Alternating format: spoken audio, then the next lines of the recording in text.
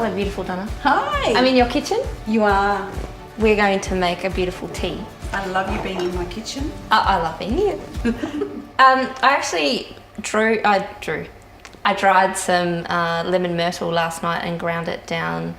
Yeah. It's actually, it intensifies when you do it like that. Absolutely gorgeous. And I didn't know, but Donna has an amazing lemon myrtle tree here as well. Yes, So I love it. We're in the flow. Lemon myrtle all the way. Because if you crush this as well, you notice the difference, whether it's fresh or whether it's dried. It's just beautiful. So fresh. So beautiful. I feel like there's a real citrus theme going on today. So that's where I'm going. That's where I'm heading. Yesterday I was at a friend's, picked some oranges. Beautiful. So very simple tea. We've brewed this. How much do you think we put in here?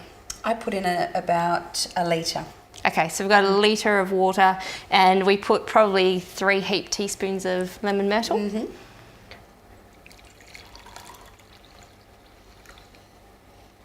So we'll just pour that in there.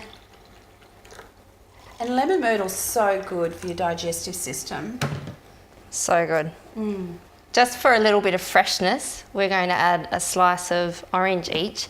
And then, I've never done this before, but we had a little taste earlier, loved passion it. fruit. Passion fruit at my house at the moment, and it's amazing. A little bit of zing. Some extra zing, some extra vitamin C. Yum. Now, it's perfect just the way it is, but if you have friends that really like a really sweet tea, you could add a little bit of maple syrup or a little bit of honey. And that's it. That's it. And then if you're feeling fun, which I am today, we're just going to add just a little leaf to Intensify the intensify. lemon myrtle. Yeah, do you want to have a taste? Yes. And you know what would be nice if you just give it a little whirl? Especially with the passion fruit. Yeah. So I'm really big on textures as well and things. Sometimes it's nice to have a little bit of crunch at the end. Beautiful. It's good.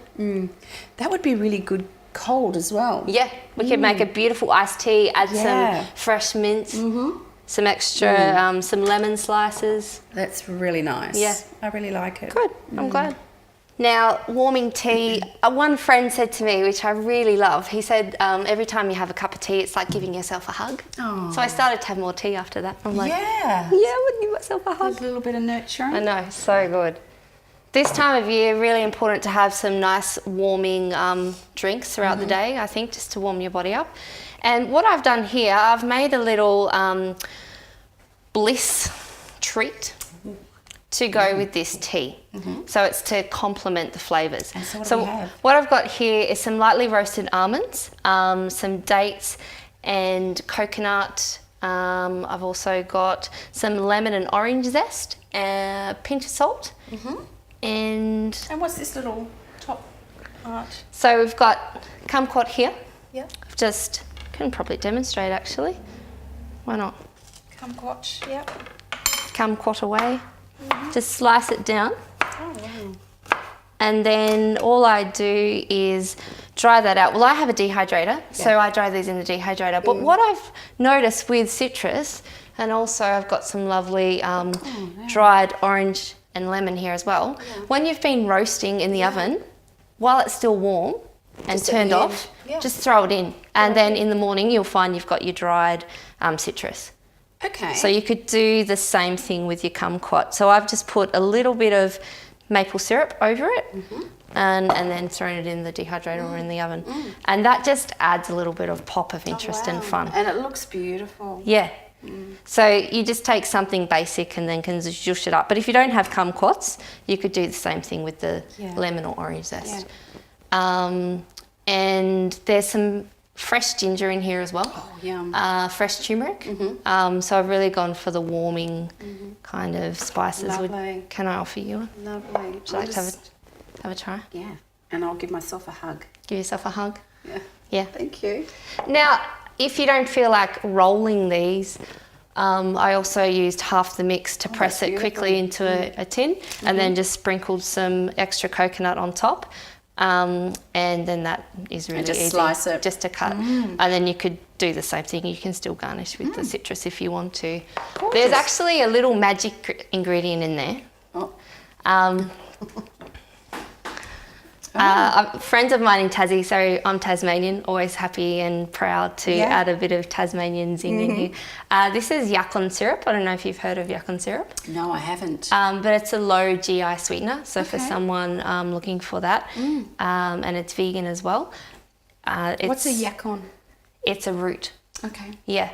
But it's really good. So I've just that sweetness. It does. It's kind of slightly caramel-like actually. Do you want to try? Sure. I'll put that there for a minute. It's very dark. There we go. It's got a little bits in there. It's almost like a treacle. Yeah. Yeah, exactly. And it is a little bit more expensive, but what I'm passionate about is because it's one of our local Tassie farmers, of course, doing something hard and going to doing the absolute best. That's lovely. And so you can add that to anything that you need to sweeten. Yeah, absolutely. Yeah. So whatever. So if you want to be sugar-free, you could easily add the yacon syrup. So it's still, it's not very easy to find, and most yacon syrup that you buy here is coming from South America. Oh, okay.